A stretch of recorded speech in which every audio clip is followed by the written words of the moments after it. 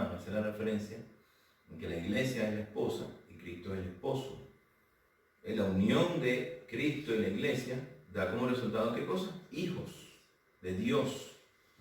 Pero la iglesia es quien da hijos de Dios. Pero esos hijos de Dios no van a salir solo de la iglesia, tienen que venir, ¿verdad?, fundamentados en Cristo.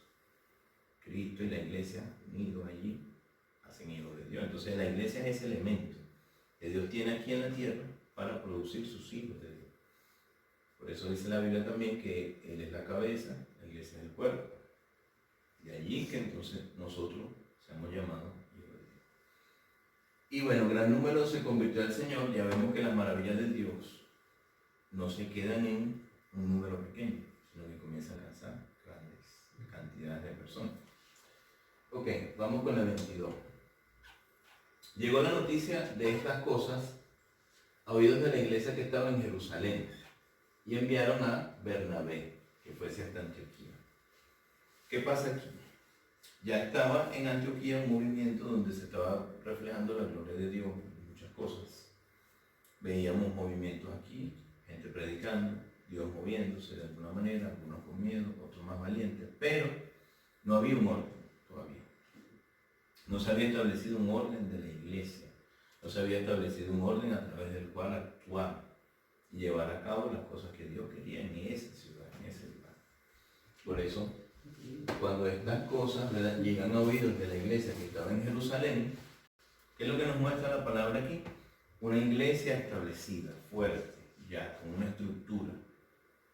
La iglesia que estaba en Jerusalén, ya esta iglesia estaba organizada, ordenada, ya ellos estaban tomando las decisiones por Jerusalén, ya ellos estaban estableciendo la palabra de Dios en Jerusalén, ya ellos sabían cómo hacerlo, ya tenían una experiencia, cosa que en Antioquía no había.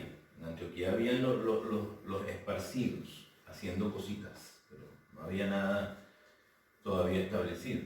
Entonces, ¿qué dice aquí? Enviaron a Bernabé, a una persona experimentada, una persona que ya estaba formada en la palabra. Le dijeron, te vamos a poner una tarea, ve a Antioquía y fórmalos a ellos, llévales la estructura, diles cómo se tienen que organizar, diles cómo tienen que buscar a Dios, ayúdanos. Esto es una ayuda, esto es un aporte, es un apoyo, ¿no? ¿Sí? Para que la iglesia entonces tome forma, porque alguien con experiencia viene, forma a las personas, la iglesia toma forma y luego la iglesia hace lo mismo con otra iglesia más pequeña. De eso se trata. Entonces, ok, enviaron a Bernabé a formar a las personas. Seguimos con 28, 11, 23. Dice, refiriéndose a Bernabé, cuando llegó y vio la gracia de Dios, se regocijó y exhortó a todos a que, con propósito del corazón, permaneciesen fieles al Señor. Cuando Bernabé llega, siendo Bernabé una persona experimentada en la palabra, un apóstol, siendo Bernabé alguien que venía de una estructura ya, de una iglesia formada, lo primero que, cuando él reúne a las personas, lo primero que le dice es, permanezcan fieles. Busquen a Dios de corazón y entiendan cuál es su propósito.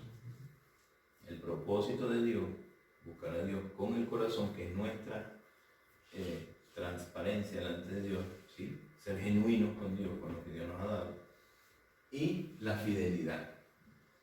Esos tres elementos nosotros no los podemos olvidar. Debemos buscar a Dios con todo el corazón, ¿sí?, de manera transparente, sabiendo que Dios nos mira las 24 horas del día y todos los días del año. Luego, que Dios nos ha dado un propósito, ¿sí?, y que nosotros estamos llamados a ser fieles a eso, fieles a Dios, fieles a su propósito, fieles a lo que Él nos ha entregado en nuestra vida. ¿Para qué? Para que nosotros podamos, así como Esteban, regocijarnos, porque si nosotros tenemos eso, la gracia de Dios va a estar en nuestra vida y se va a hacer manifiesta en todo lugar donde nosotros estemos. ¿Vamos bien hasta aquí?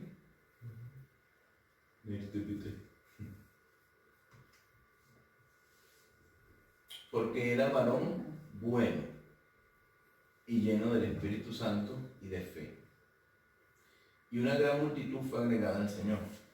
Cuando dice que era varón bueno, lleno del Espíritu Santo, nos muestra que él era una persona que ya estaba con Dios en una relación. ¿Sí? Él no era un simple creyente. Él no despreció el creyente.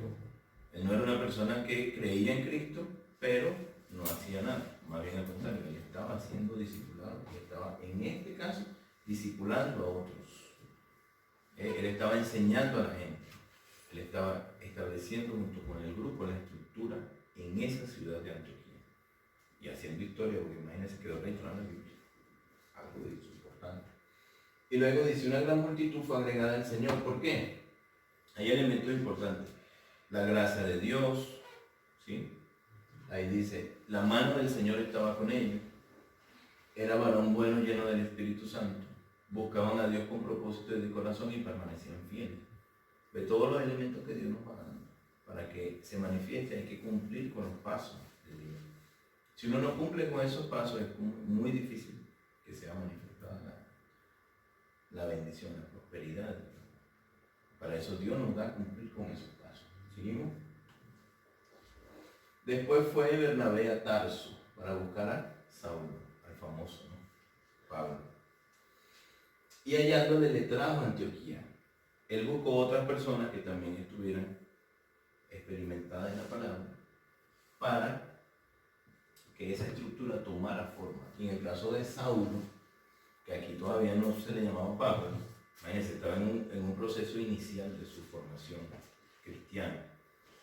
Y ya fue elemento de parte de Dios para él formar a otros, para él ayudar a otros, para él organizar a otros. O sea que de eso se trata también el crecimiento de las cosas de Dios. O sea, primero tenemos un encuentro con Dios, Dios trata con nosotros, Dios nos cambia el corazón, la mentalidad, y eso luego va tomando la forma. Dios va haciendo a través de nosotros una obra y nos va llevando a nosotros al lugar donde Él quiere, a la ciudad donde Él quiere.